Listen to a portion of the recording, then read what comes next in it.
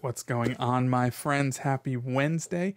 If you did not see this morning, I posted a meme and it was kind of poking fun at the connection of bring your own devices, BYODs, and PAM, privileged access management solutions, and how if you're using your own computer for work, who's to stop you from accidentally installing something on that home computer that could then corrupt your entire company's data? And I spoke about an article where Disney is actually getting rid of Slack. They're not going to be using Slack anymore because something like that happened. And I wanted to talk about the article. I'm not going to read the whole thing. I'll link to it in the comments section, but I wanted to make sure that we highlighted one particular piece because it's actually kind of hard to come across when you're Googling this story.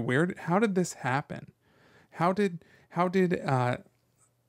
Disney lose, I think, terabytes of data? A terabyte? Not 100% sure what that is, but a couple of things to highlight. And the question I want to ask is who's at fault here? Is it the employee for using his or her own device? Is it Disney for having subpar security standards? Is it Slack, which apparently is not end-to-end encrypted? You can fact check me on that. Not 100% sure, but if that's the case, is it Slack's fault here? Or would the threat actor just have access to all those messages anyway? I don't know.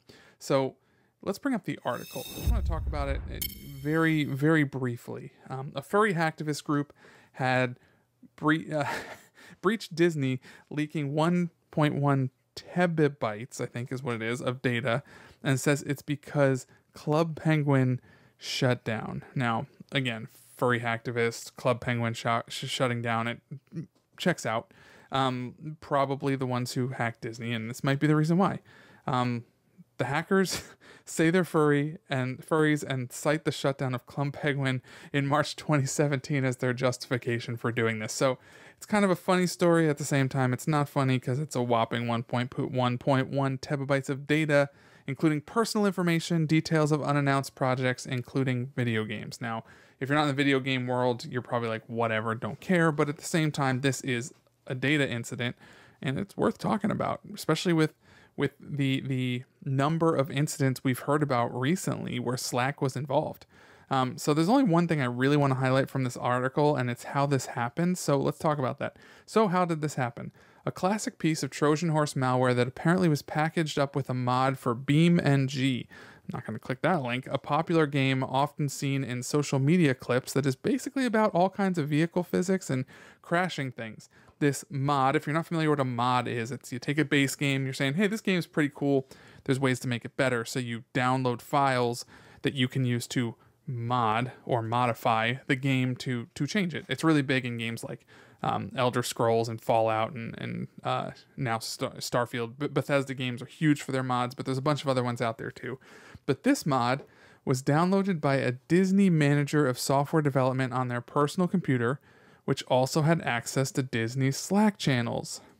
Once the hacking group was in, it perpetrated a second hack on the same employee through an unknown method and began downloading everything it could. The Disney employee eventually noticed and managed to block further access, but only after all of the above data was stolen. So, again, that's where I want to ask the question, whose fault was this? Was it the employee for using his own personal device? Was it Disney for saying you could use your own personal device? Or maybe they don't, and Slack is just too easy to get onto your own personal devices anyway. We don't really know all those details, but what we do know is Disney is making a shift over to Microsoft Teams, which Microsoft Teams is Microsoft Teams, but they're making the shift over to Microsoft Teams because it is, in fact, end-to-end encrypted. But I'm curious what you think. Who really is at fault here? Is there any one person? Is it the kind of thing where best practices were avoided by multiple people, multiple teams? Should Slack be end-to-end encrypted? There's a lot of questions I have here. So I'm curious to know your thoughts. Interesting story. I'll link that article that I was just talking about again in the comments. Curious to know what you're thinking. Have a good one, y'all.